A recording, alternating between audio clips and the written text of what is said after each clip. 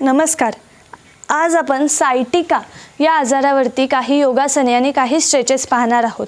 Sciatica हा जो आजार आहे यामुळे खूप वेदना होतात आणि त्याचा खूप त्रास होतो. त्यामुळे आज मी काही असे हलके प्रकार जे तुम्हाला सगळ्यांना जमतील आणि यामधून तुम्हाला रिलीफ वाटेल ते प्रकार तुम्हाला दाखवणार आहे. सर्वप्रथम दोन्ही पाय असे सरळ रेषेत ठेवायचे आहेत. दीर्घ श्वास घ्या आणि श्वास सोडत हळूहळू हळूहळू खाली वाका.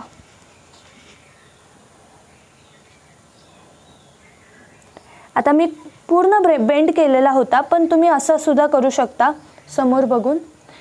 महत्त्वाचं काय आहे, दोन्ही पाय ताणले गेले पाहिजेत. गुडघ्यामधून दोन्ही पाय सरळ ठेवायचे आहेत. हिपमधून जाणाऱ्या ज्या नसा आहेत त्या ताणल्या गेल्या पाहिजे, जेणेकरून सायटिकाच्या ज्या वेदना आहेत त्या कमी होतील. हाच प्रकार दुसऱ्या बाजूने सुद्धा करायचा.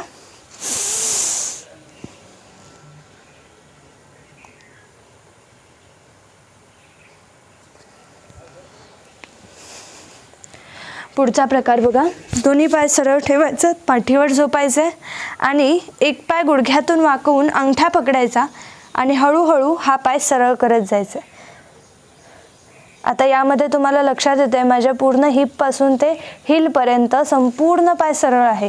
त्यामुळे सायटिक ही जी नस आहे जी पाठीच्या कण्यातून म्हणजे मणक्यांमधून जी जागा असते मधली, त्या जागेंमधून ज्या नसा गेलेल्या असतात, 2-3 होल्समधून गेलेल्या ज्या नसा आहेत त्यामधली सायटिक ही जी नस आहे ती खूप मोठी आहे आणि ती नस हिपमधून पुढे पायापर्यंत गेलेली असते. तर ही जी नस आहे त्याला स्लिप डिस्क झाल्यामुळे, कॉमनली स्लिप डिस्क हाच त्रास असतो सायटिक का होणाऱ्या लोकांना, म्हणजे जी पाठीच्या कण्यातली डिस्क आहे ती सरकल्यामुळे ती डिस्क या कण्यामधून गेलेल्या नसेला दाबते आणि ते दाब मिळाल्यामुळे तिथे सूज निर्माण होते, इन्फेक्शन होतं आणि त्यामुळे या वेदना निर्माण होत असतात. तर हा जो त्रास आहे तो कमी करण्यासाठी आपण ही सगळी योगासनं पाहत आहोत. आता आपण आधीचा जो स्ट्रेच पाहिला तो सुद्धा खूप सुंदर आहे, तो करून बघा. त्यानंतर अजून एक प्रकार म्हणजे दोन्ही पाय सरळ ठेवायचे आहेत, अंगठ्याला पकडायचं आहे आणि हा पाय असा सरळ हलकासा वर उचलायचा आहे.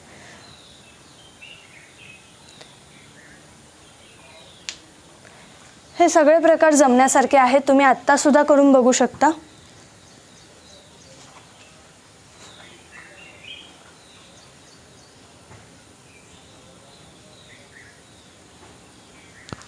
विश्रांती. हे प्रकार मी का निवडलेत, कारण यामध्ये संपूर्ण पायाच्या नसा, हिप्समधून जाणाऱ्या नसा सगळ्याला ताण मिळतो आणि त्याचाच फायदा आपल्याला होतो. जानुशिरासन. आता यामध्ये जर तुम्ही गुडघा उचलला किंवा हा पाय सैल सोडला तर तुम्हाला तो ताण मिळणार नाही. यामध्ये कसं आपल्या हिलपासून पूर्ण पाय ताणला जातो. जर तुम्ही यामध्ये गुडघावर उचलला तर तो जो स्ट्रेच इथे अपेक्षित आहे तो मिळणार नाही. त्यामुळे गुडघा सरळ ठेवा आणि आपल्या बोटांना आपल्या दिशेने खेचा, जेणेकरून तुम्हाला चांगला ताण बसेल. जास्त खाली वाकलात नाहीत तरी सुद्धा चालेल. आपल्याला महत्त्वाचं काय आहे की पायाला ताण द्यायचा आहे. मग त्यासाठी तुम्ही हे स्ट्रेचेस करणं, ही योगासनं करणं फार महत्त्वाचं आहे. पश्चिमोत्तानासन.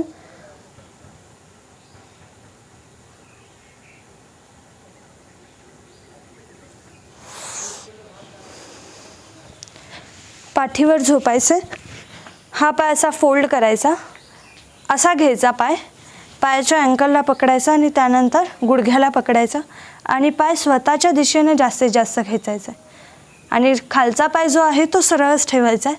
आता तुम्हाला बघा इथे एवढा सुंदर ताण बसणार आहे की तुमच्या पूर्ण हिप्सला, हिप जॉईंटला आणि नी बेंड केल्यामुळे हा जो भाग आहे, मांडीचा जो भाग आहे तो सुद्धा ताणला जातोय आणि हा स्ट्रेच अतिशय उत्तम आहे. सायटिका असणाऱ्यांनी तर नक्की करा, तर तुम्हाला खूप रिलीफ वाटेल.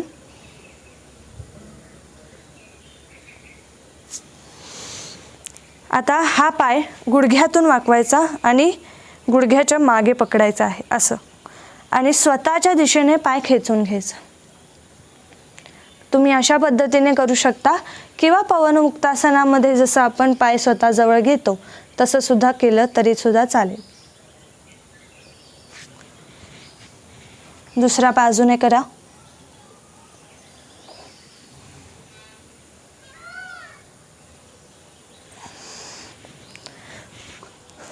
आता दोन्ही पायांचे अंगठे पकडायचे आहेत आणि हळूहळू दोन्ही पाय स्ट्रेच करायचे.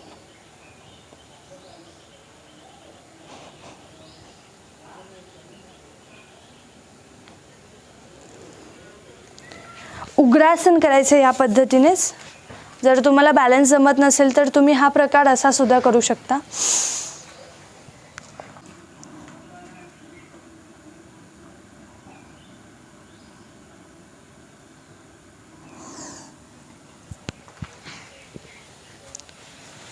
खूप छान स्ट्रेचेस आहेत हे सगळे, तुम्ही करून बघा.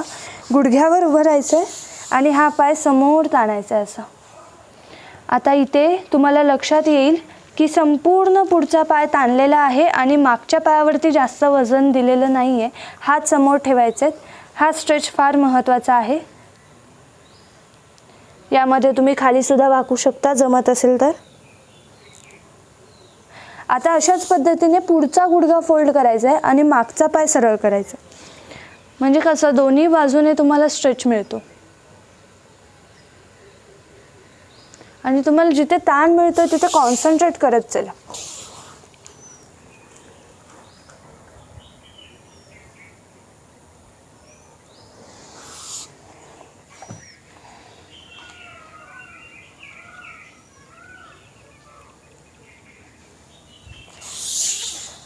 आता आपण कपोतासन बघतोय, अर्ध कपोतासन.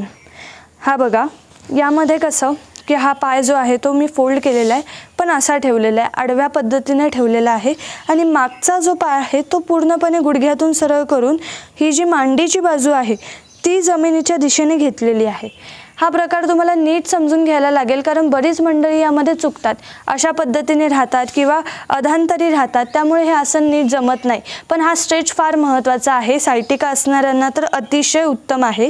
त्यामुळे हा पाय पूर्णपणे सरळ ठेवून गुडघा जो आहे तो फिरवायचा आहे. हिपमधून तुम्हाला कंबरेमधून फिरवावं लागेल आणि त्यानंतर तुम्ही अशा पद्धतीने बसू शकता. आता इथे माझ्या इनर थाईजला ताण येतोय, हिपमध्ये ताण येतोय आणि सायटिका ही जी नस आहे जिथे आपल्याला दुखतंय त्याच भागाला सुद्धा खूप चांगल्या पद्धतीने स्ट्रेच मिळतो या आसनात. मी सगळे पोझिशन्स तुम्हाला पूर्ण दाखवत नाही आहे कारण का आपल्याला जो ताण घ्यायचा आहे तो जिथे मिळतोय तिथपर्यंत आपण करायचं आणि त्यामुळे आपल्याला रिलीफ वाटत असेल तर आणि जमत नाही म्हणजे पूर्ण योगासन जे आहे ते दाखवल्यानंतर ती स्थिती न जमल्यामुळे आपण ते आसन करायचं सोडून देतो. त्यामुळे असं नको व्हायला. तुम्ही ही जी योगासनांची स्थिती आहे ती अशा पद्धतीने जरी घेतली तरीसुद्धा यामधून तुम्हाला रिलीफ वाटत जाणार आहे.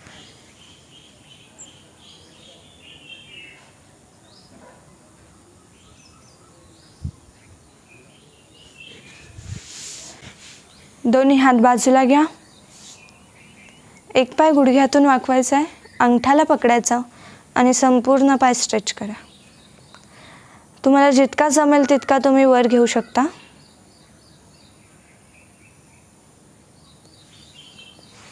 हा प्रकार दुसऱ्या बाजूने सुद्धा करायचा आहे.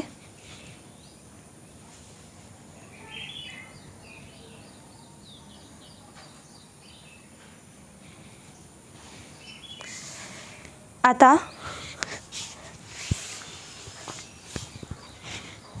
एक पाय पूर्ण असा वर घ्यायचा आणि अपोजिट डिरेक्शनला ठेवायचा. खालचा पाय सरळ.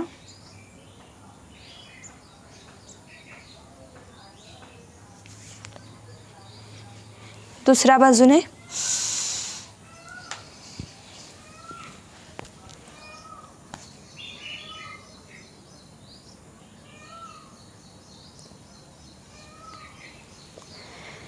मर्कट आसन सुद्धा करूया. दोन्ही पाय गुडघ्यातून वाकवा आणि एका बाजूला पूर्ण ठेवून द्या.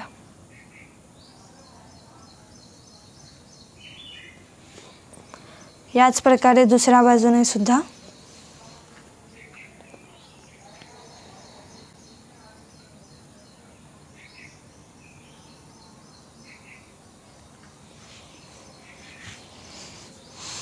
दंडासन, पर्वतासन,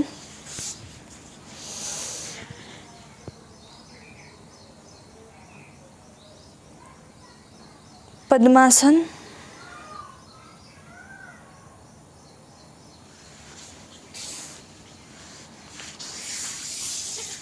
असे विविध प्रकार करून तुम्ही सायटिका हा त्रास घालवून टाकू शकता.